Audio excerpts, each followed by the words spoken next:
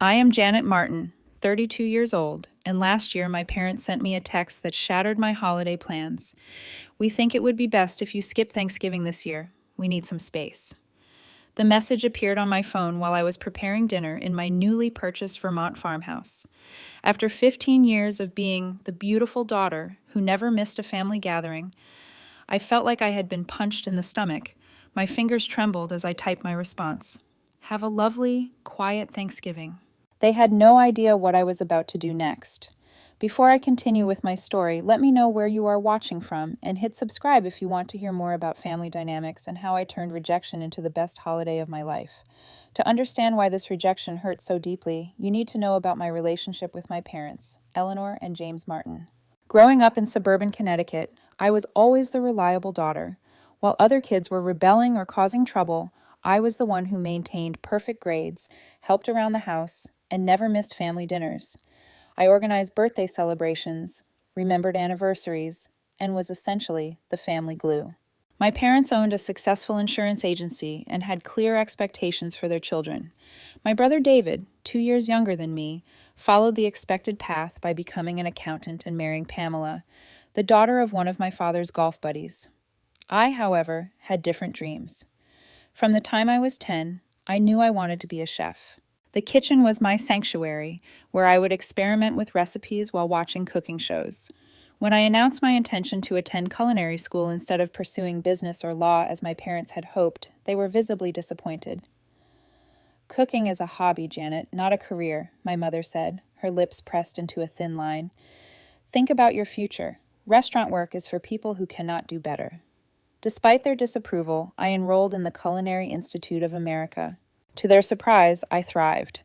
After graduation, I worked my way up through prestigious restaurants in New York, eventually becoming the executive chef at a critically acclaimed farm-to-table establishment. 3 years ago, I launched a successful YouTube cooking channel and published my first cookbook, which became a bestseller. Throughout my 20s, even as my career flourished, I maintained my role as the beautiful daughter. I drove 3 hours each way for Sunday dinners twice a month. I called my mother daily. I organized and cooked for all family gatherings. Thanksgiving was particularly important in our family, with me taking over more of the cooking responsibilities each year, as my mother claimed to be passing the torch. When I turned 31, I finally achieved my dream of buying a farmhouse in rural Vermont. It was a charming property on 5 acres with an upgraded kitchen, a vegetable garden, and even a small apple orchard. The house needed some work, but it had character and potential. I was ecstatic. My parents were less enthusiastic. Vermont? That is so isolated. Why would you want to live in the middle of nowhere? My mother questioned. What she really meant was that I would be 2 hours farther away from them. The move created a subtle but noticeable shift in our relationship. My daily calls became every other day, then twice a week. When I missed a Sunday dinner due to a basement flood in my new home, my mother acted as though I had committed an unforgivable offense. Meanwhile, my brother David and his wife Pamela continued to live just 15 minutes from my parents. They had given my parents their first grandchild, a boy named Thomas, the previous year. During our increasingly infrequent phone calls, my mother would drop comments like, "David and Pamela brought Thomas over yesterday. It was so wonderful to have family close by." The emphasis on family stung, as though my geographical distance had somehow removed me from that category. Looking back, I can see the signs of my parents' emotional manipulation that I had normalized, the passive-aggressive comments, the comparisons to my brother, the subtle guilt trips, and the way they withheld affection when I failed to meet their expectations. When I was promoted at the restaurant, my father's first question was not "congratulations," but "will you have time to visit us with your new responsibilities?" Their obsession with appearances and social status also became more apparent as I gained distance. They were more concerned with how things looked to their friends than with how their children actually felt. When my cookbook was published, they proudly displayed it in their living room, but admitted they had not tried any of the recipes. "The photographs are lovely," my mother said, as though I had merely modeled for the book rather than created every recipe. Still, despite these frustrations, I never imagined they would exclude me from a family holiday. Thanksgiving had always been sacred, the one time of year when everyone put aside their differences and came together. Even during my busiest years in New York, I had always made the trip home for Thanksgiving, often driving through the night after my restaurant closed on Wednesday.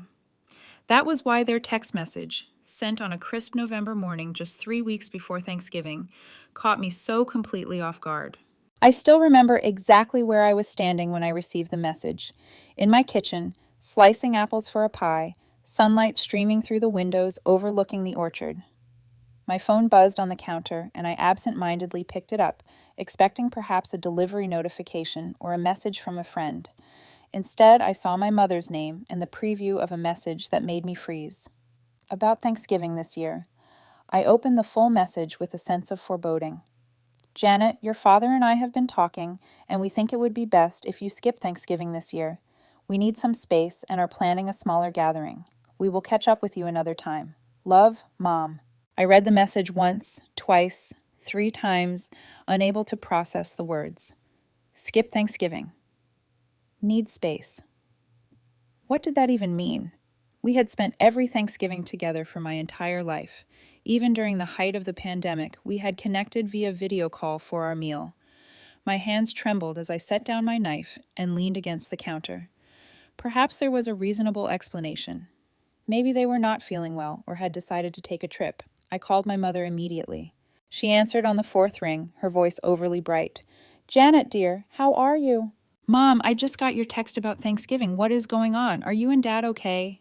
There was a pause, and I could practically see her arranging her face into the polite mask she wore when delivering unpleasant news. We are fine, darling. We just thought we would do something simpler this year, small and intimate. Simpler? But Thanksgiving is our tradition. I was planning to drive down on Wednesday. I already requested the time off work. Another pause. Well, it is a long drive for you now that you have moved so far away. We thought we would save you the trouble. Something in her tone made me suspicious. Who else will be there for this smaller gathering? My mother cleared her throat. Just us and David's family. Thomas is at such a fun age now, and Pamela is expecting again. You know she is not feeling well with the morning sickness. So we thought a quiet family dinner would be best. The realization hit me like a physical blow. I was being excluded from family dinner while my brother and his wife were still invited. I was the only one being asked to skip the holiday. So it is not actually about having a smaller gathering, I said, my voice sounding distant to my own ears. It is about not having me there. Now, Janet, do not make this into something it is not, my mother said, her tone sharpening. We just need a little space this year. You are so busy with your career and that new house. We thought you would appreciate the break. Did I do something wrong? I asked, hating how small my voice sounded. No, nothing like that, she replied too quickly. Your father and I feel like you have been pulling away since you moved. You call less, visit less. Maybe this break will be good for all of us. My father's voice suddenly came on the line. He must have been listening. Janet, it is just one Thanksgiving. Do not make a big deal out of it. We will see you for Christmas. The casual dismissal of my feelings, after years of loyalty, felt like a slap. I ended the call shortly after, promising to think about it, though there was nothing to think about. They had already made their decision. After hanging up, I sat on my kitchen floor and cried for the first time in years. The hurt was profound, a deep ache that felt physical. All of those years of driving hours to Sunday dinners, of calling daily, of organizing family events, of being the perfect daughter. And this was my reward, being cast aside without a second thought. I cycled through emotions rapid fire. Hurt gave way to anger. How dare they exclude me like this? Then came confusion. Had I really been pulling away, or was that their perception because I was no longer at their beck and call? Was this punishment for moving farther away, for prioritizing my career and happiness? Then came the bargaining phase. Maybe if I called back and promised to visit more, they would change their minds. Maybe if I offered to do all the cooking to make it easier for everyone. Finally, as the sun began to set and my kitchen grew dark, a strange calm settled over me. I had spent my entire life trying to please my parents, contorting myself to fit their expectations, putting their needs above my own. And here I was, a successful chef with a beautiful home and a career I loved, sitting alone on my kitchen floor, crying because they had rejected me. In that moment, something shifted inside me. I stood up, wiped my tears, and looked around at my farmhouse kitchen. In the home I had worked so hard to create, why was I letting them dictate my happiness? If they did not want me at their Thanksgiving, fine, I would create my own. I picked up my phone and texted back the reply that would set everything in motion. Have a lovely, quiet Thanksgiving. After sending that text, I did what any self-respecting 30-something woman would do after being rejected by her family. I grabbed a pint of ice cream from the freezer and settled onto my couch for a proper wallow in self-pity. Rocky Road had just begun to work its magic when my phone rang. It was my best friend, Sarah, calling for our weekly catch-up.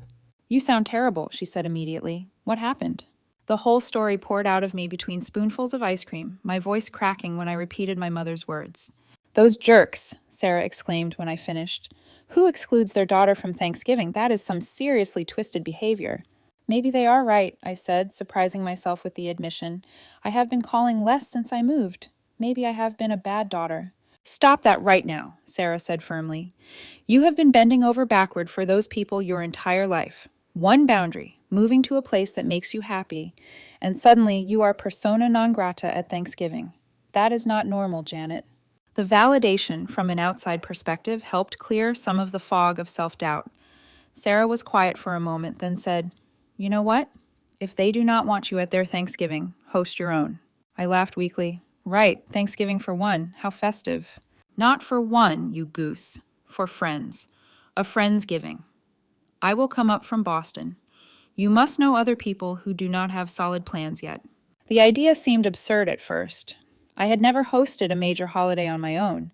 Thanksgiving had always been at my parents' house, with me as helper rather than host. But as Sarah continued talking, enthusiasm building in her voice, I felt a tiny spark of excitement ignite.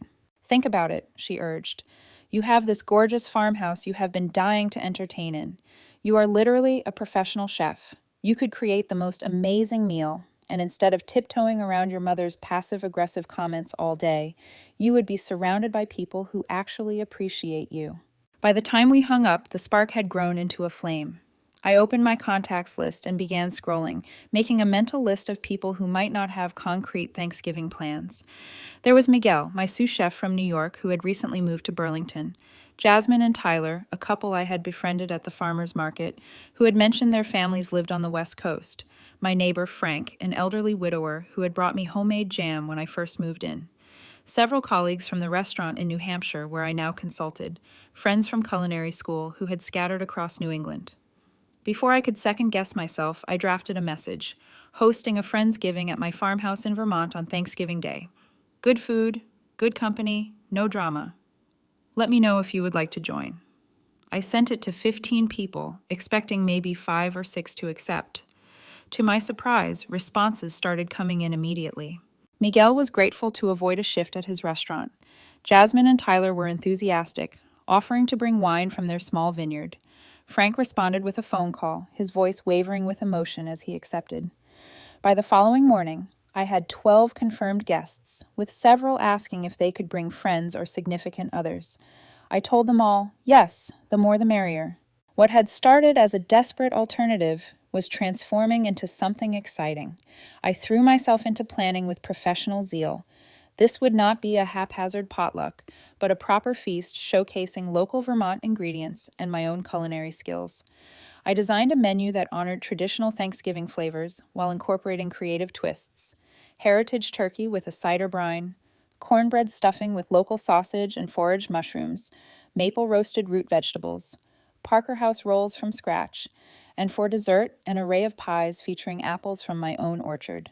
I placed special orders with local farms for a 20-pound heritage turkey, fresh cranberries, and various vegetables. I spent evenings after work clearing out my dining room, which had become something of a storage area since I moved in. I found a long farm table at an antique store that would seat 16 and supplemented with a second table for overflow. The more I planned, the more therapeutic it felt. Each decision was mine alone, without having to consider my mother's preferences or traditions. There would be no arguments about whether the stuffing should include oysters, my father's insistence, or whether the mashed potatoes had too much garlic, my mother's perennial complaint. I announced my gathering on Instagram and Facebook, being careful to post only to my personal accounts that my parents did not follow. Hosting my first Thanksgiving in my new home, I wrote alongside a photo of my dining room transformation. Cannot wait to fill this table with friends old and new. The post received dozens of enthusiastic comments, many from colleagues in the culinary world. A food stylist I had worked with offered to help with table decor. A wine distributor I knew promised to send a case of perfect pairings. Each offer of support helped heal the wound of my parents' rejection a little more. A week before Thanksgiving, my guest list had grown to 22 people. What had begun as a last-minute alternative had evolved into an event I was genuinely excited about. I created detailed prep schedules, ordered extra chairs, and splurged on new serving platters. When I finally fell asleep each night, it was no longer with thoughts of what I was missing at my parents' house, but with anticipation for the gathering I was creating in my own home. The Monday before Thanksgiving, 3 days after I had finalized my guest list and menu, my phone lit up with a text from my mother. Just checking that you were okay with the Thanksgiving arrangements. Have you made alternative plans? I stared at the message, recognizing it for what it was. Not genuine concern for my well-being, but a search for reassurance that I was not upset with them. Perhaps a twinge of guilt had finally set in. I considered ignoring it, but instead replied with deliberate cheerfulness, "Have a lovely, quiet Thanksgiving."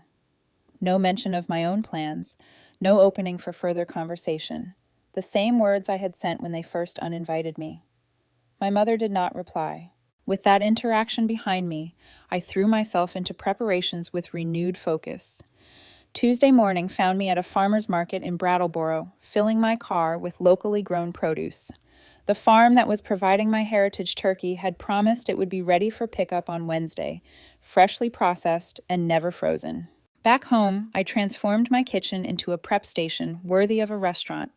Each recipe was printed and placed in protective sleeves, ingredients measured and organized, equipment laid out in order of use. Years of professional kitchen work had taught me the value of mise en place, having everything in its place before beginning to cook. Sarah arrived Tuesday evening, having taken the entire week off to help. Together, we tackled the tasks that could be done in advance: cranberry sauce, pie dough, turkey brine, chopping vegetables. We worked with the easy rhythm of friends who had cooked together many times before, music playing, wine glasses periodically refilled. "Tell me honestly," Sarah said as she crimped the edge of a pie crust, "are you still upset about your parents?" I considered the question as I stirred the cranberry sauce. Yes and no. I am hurt that they excluded me so casually, but I am also grateful in a strange way. Without that rejection, I would never have created this. I gestured around my kitchen at the preparations for what was shaping up to be a magnificent feast. "Well, I think it is their loss," Sarah said firmly. "Just wait until they see what they missed." Wednesday brought even more activity. The turkey arrived, all 23 pounds of it, along with my neighbor Frank, who insisted on helping carry it in. "Biggest bird I have seen in years," he commented with approval. "Reminds me of the ones my late wife used to prepare." Miguel drove up from Burlington with cases of professional kitchen equipment he had borrowed from his restaurant, additional roasting pans, serving platters, and a commercial immersion blender that would make the silkiest mashed potatoes imaginable. He brought his boyfriend, Luis, and the two of them took over my second bathroom to shower away the restaurant grease before diving into meal prep. By Wednesday afternoon, my house was filled with delicious aromas and the sounds of chopping, stirring, and friendly conversation. Jasmine and Tyler arrived with not only the promised wine, but also decorations for the table: gourds, miniature pumpkins, and beeswax candles they had made themselves. As I surveyed my increasingly crowded kitchen, I realized something important was happening. This gathering of friends, some old and some new, was creating a different kind of family atmosphere. There was none of the tension that typically underscored holidays with my parents, no walking on eggshells or carefully avoiding certain topics, just warmth, cooperation, and genuine excitement for the meal we were creating together.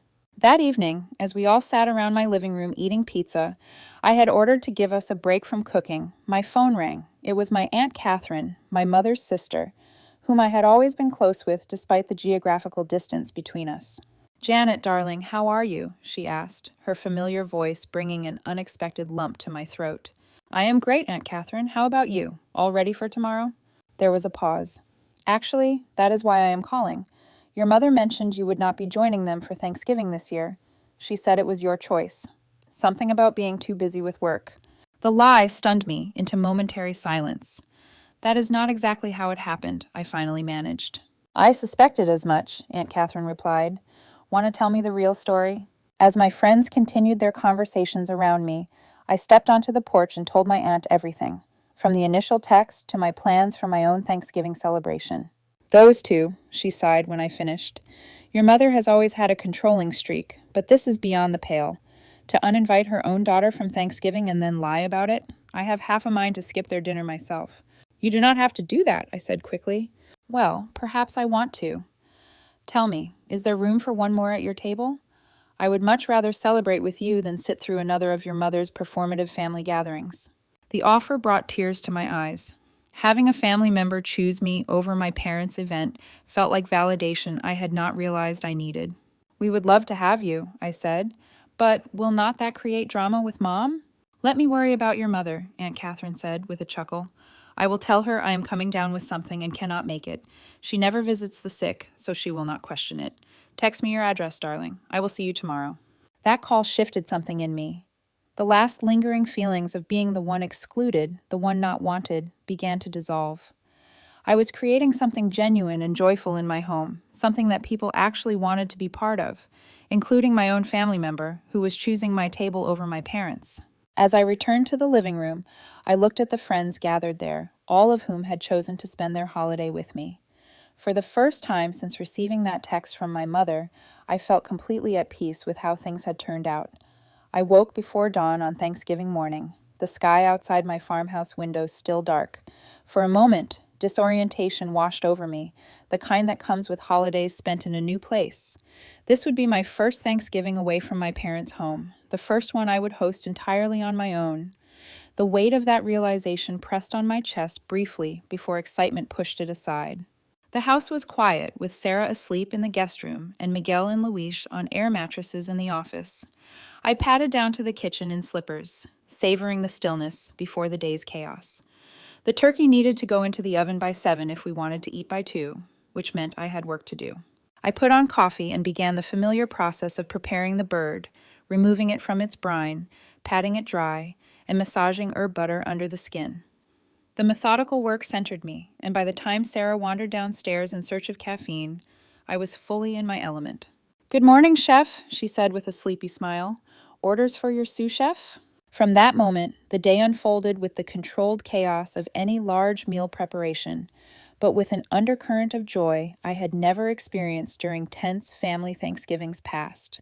Miguel and Luis joined us, and the kitchen became a coordinated dance of activity, with each person taking charge of different dishes. My first guests, beyond those who had stayed overnight, began arriving around 11 Hunqua. Frank from next door appeared with his promised homemade rolls to supplement mine, along with black and white photos of Thanksgivings from the 1950s that had belonged to his late wife. "For atmosphere," he explained, placing them carefully on a side table. Jasmine and Tyler came with their vineyard wines and additional friends, a couple named Henry and Grace, who brought a vegetarian wild rice dish. Colleagues from my restaurant arrived in waves, some directly from morning shifts, bearing additional desserts and side dishes to add to our feast. By noon, my farmhouse hummed with activity and conversation. The dining room table stretched to its full length with the added leaves, covered in my grandmother's tablecloth that I had secretly taken when I moved, the one possession from my childhood home I could not bear to leave behind.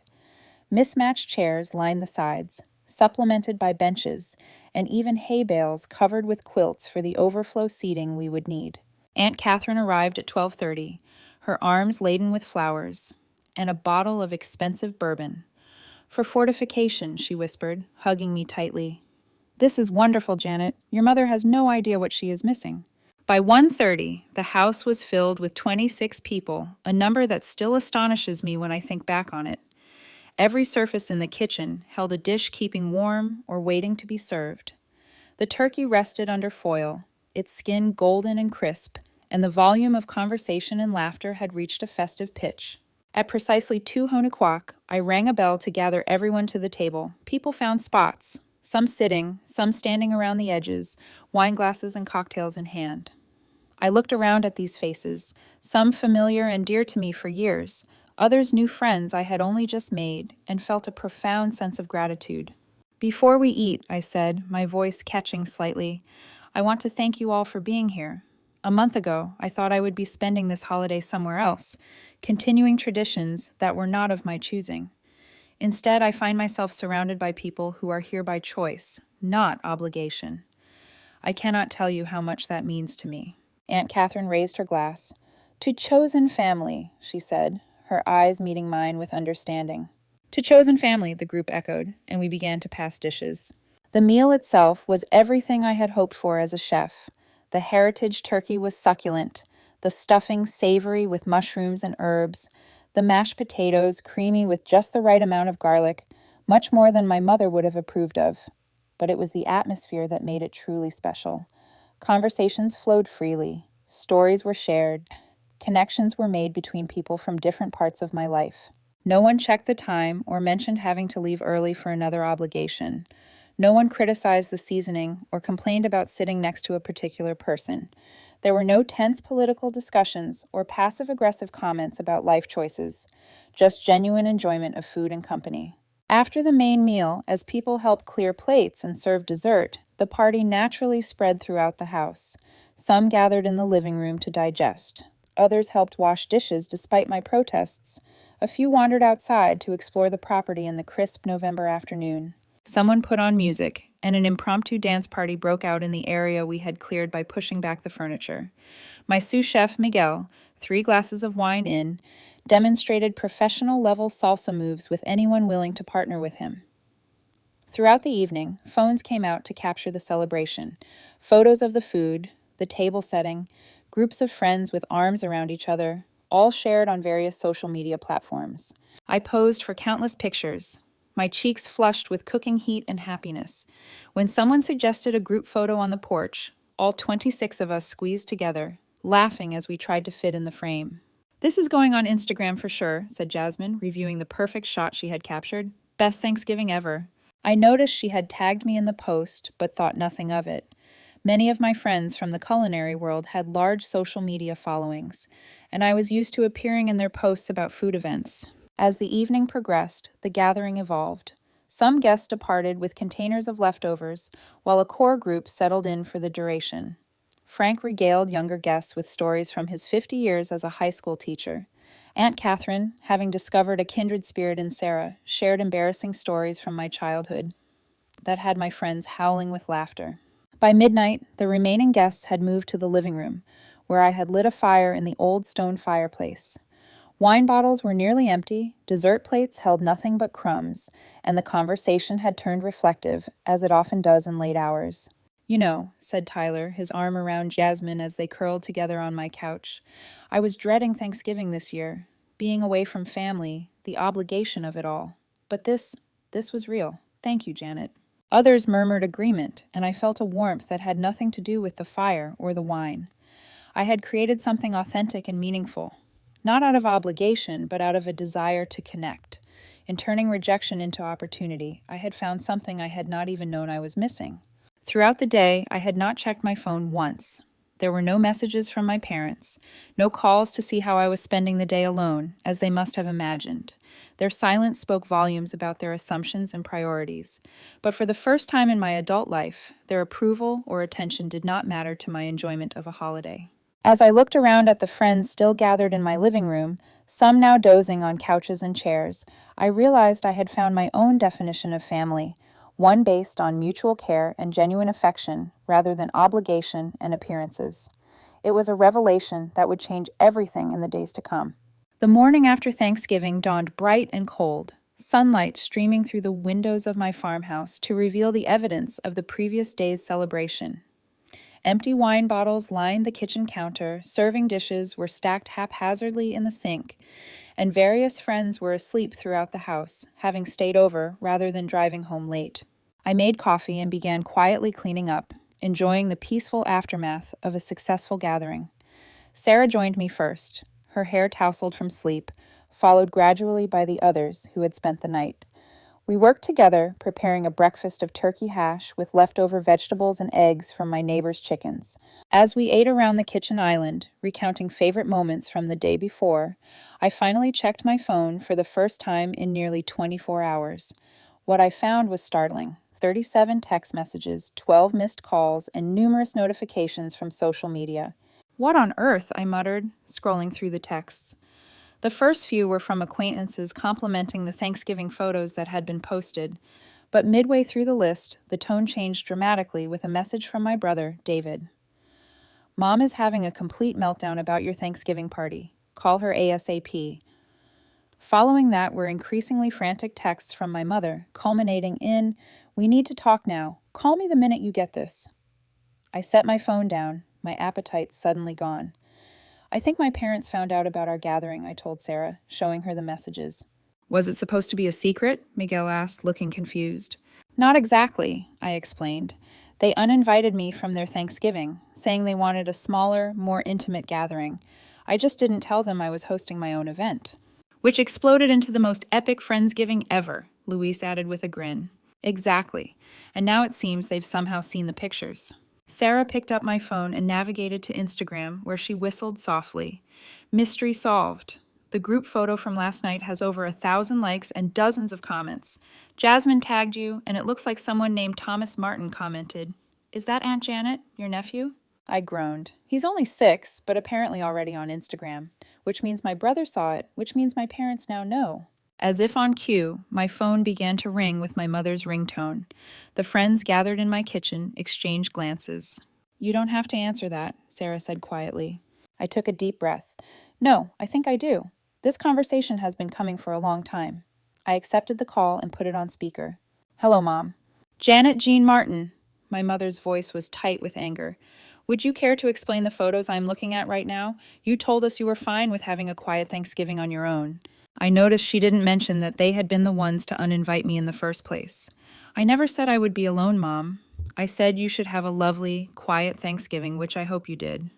"Don't play word games with me, young lady. You deliberately deceived us. Your father and I are extremely upset. You hosted a massive party without telling us, invited your Aunt Catherine, who told us she was sick, and plastered it all over the internet to embarrass us." The accusation was so outlandish I almost laughed. "Embarrass you? How exactly did I embarrass you by hosting friends at my own home?" "Everyone can see what you did," she exclaimed. "All our friends are calling to ask why we weren't at your beautiful Thanksgiving dinner. What are we supposed to tell them? That our own daughter excluded us?" The irony was breathtaking. I looked around at my friends, who were trying their best to appear busy, while obviously listening to every word. "Mom, you and Dad told me not to come to your Thanksgiving. You said you wanted space. I respected that and made alternative plans. I didn't post anything to embarrass you." "We asked for a small family Thanksgiving," she countered, "not for you to throw an elaborate dinner for strangers instead of your own parents. If you were hurt, you should have said something, not orchestrated this spectacle." I felt a familiar tightness in my chest, the same feeling I got whenever my mother twisted a situation to make herself the victim. But this time, something was different. Perhaps it was the presence of my friends witnessing this manipulation firsthand. Perhaps it was the confidence that came from creating such a successful gathering on my own. Whatever the reason, I found myself unwilling to accept her version of events. "Mom," I said firmly, "you specifically told me to skip Thanksgiving this year. Your exact words were that you needed space and were planning a smaller gathering, which turned out to include David and his family, but not me. I respected your wishes, painful as they were, and created a beautiful holiday with people who actually wanted me present. I didn't do it to spite you or embarrass you. I did it because I deserved to enjoy Thanksgiving too." "Put your father on," she demanded, clearly not hearing a word I had said. There was a rustling sound, and then my father's voice came on the line. "Janet, what were you thinking?" he asked, his tone that of a disappointed parent addressing a wayward child, despite the fact I was 32 years old. "Your mother is very upset. Several of our friends saw those photos and asked about the beautiful dinner at your new place. Do you have any idea how that made us look?" Again, the focus on appearances rather than the actual issue. I'm sorry if you were embarrassed, Dad, but I did nothing wrong. You and Mom uninvited me from your Thanksgiving. I found another way to celebrate. End of story. It's not that simple, and you know it, he insisted. You were deliberately deceitful. If you were planning such an elaborate event, you should have invited us. The audacity of that statement left me momentarily speechless. When I found my voice again, it was steadier than I expected. Let me make sure I understand. You uninvite me from your Thanksgiving. Tell me you need space from me. And now you're angry that I didn't turn around and invite you to mine. That makes absolutely no sense. Don't take that tone with me, my father warned. What tone would you prefer? I asked, surprising myself with the edge in my voice. The one where I apologize for things that aren't my fault. The one where I pretend it didn't hurt when you excluded me from a family holiday for the first time in my life. I've been using that tone for years, Dad, and I'm tired of it. The silence on the other end of the line was deafening. When my father spoke again, his voice was cold. I see. Well, perhaps we do need space if this is your new attitude. Perhaps we do, I agreed, and was shocked to realize I meant it. After I hung up, the kitchen remained silent for a long moment. Then Sarah reached over and squeezed my hand. I am proud of you, she said simply. The confrontation with my parents was followed by a call from my brother David, ostensibly to smooth things over, but actually to scold me for upsetting our parents. Could you not just have gone along with it for 1 year? He asked, exasperation evident in his voice. You know how Mom and Dad are. Now they're going to be impossible to deal with for months.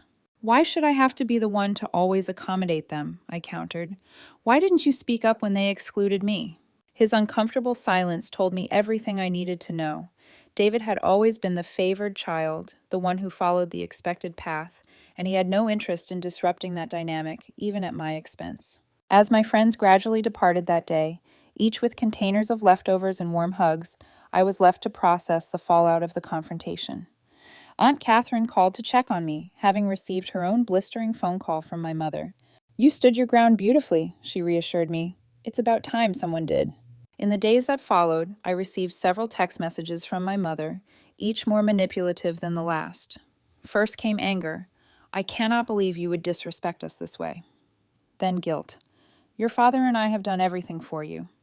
Finally, she attempted to minimize the entire situation. You are blowing this out of proportion. It was just one Thanksgiving. I responded to each message calmly but firmly, refusing to accept blame for a situation they had created. It was exhausting, but also strangely liberating, like exercising muscles I had never used before. The most surprising development came a week after Thanksgiving, when my phone lit up with messages from extended family members and my parents' friends. Word had spread about what had happened, likely through Aunt Catherine and the social media posts, and many were reaching out to express support for me.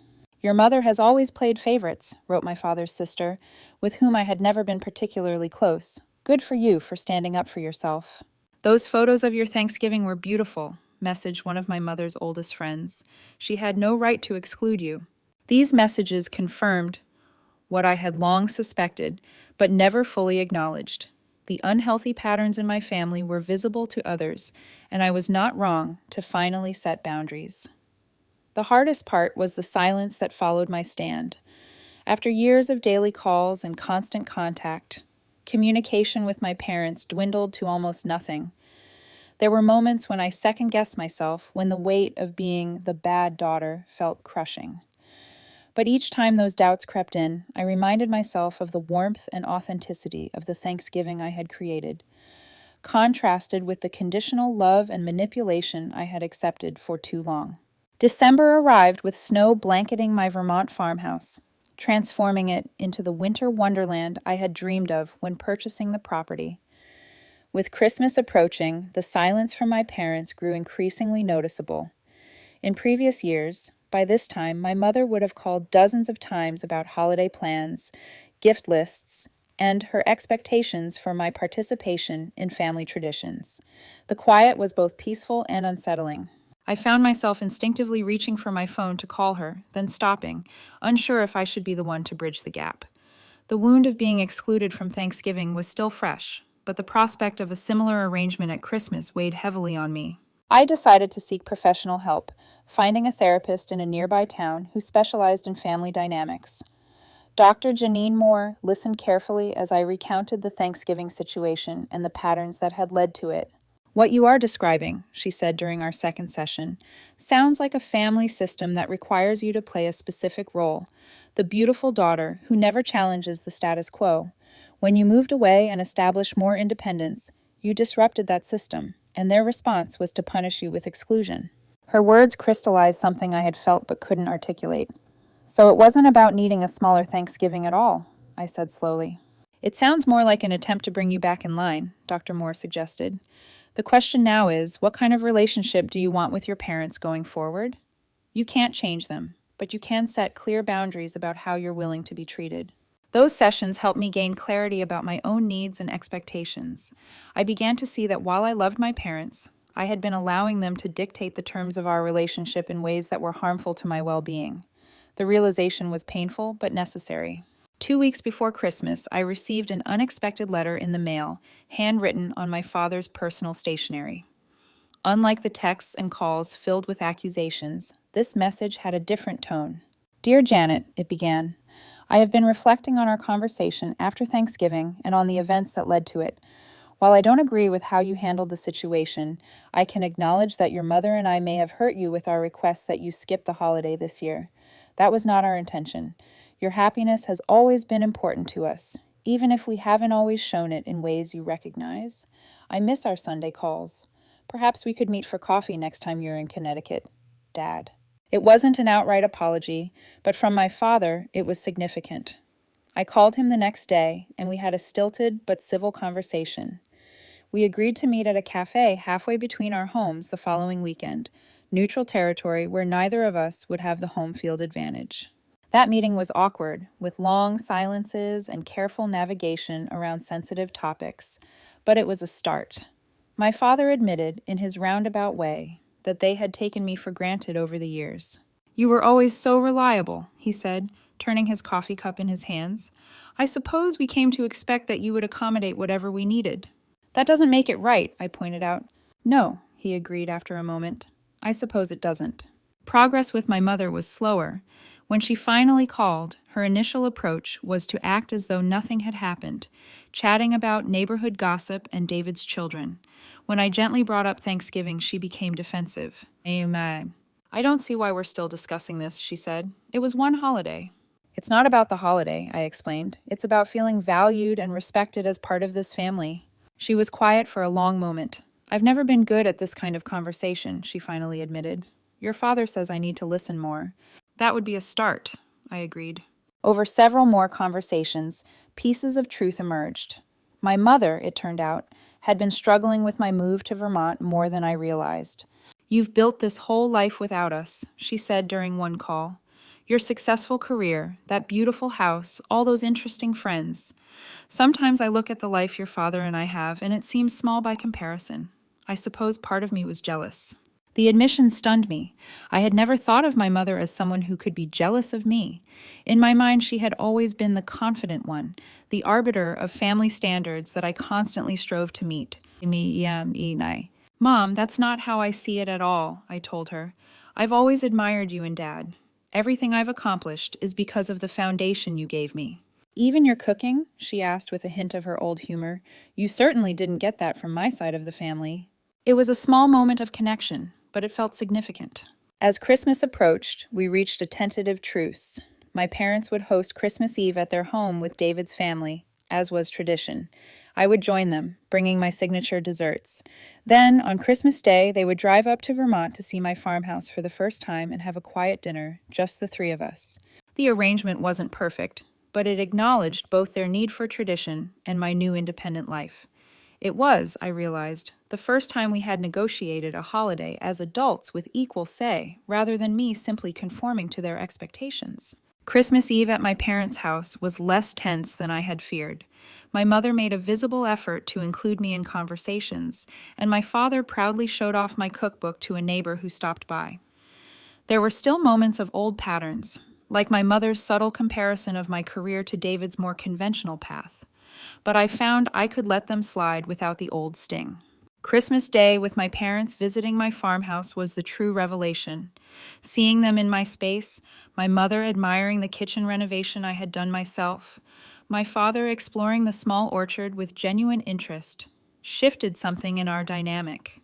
They were guests in my home, seeing me in my element, perhaps for the first time, understanding that I had built a life that was different from theirs, but equally valid.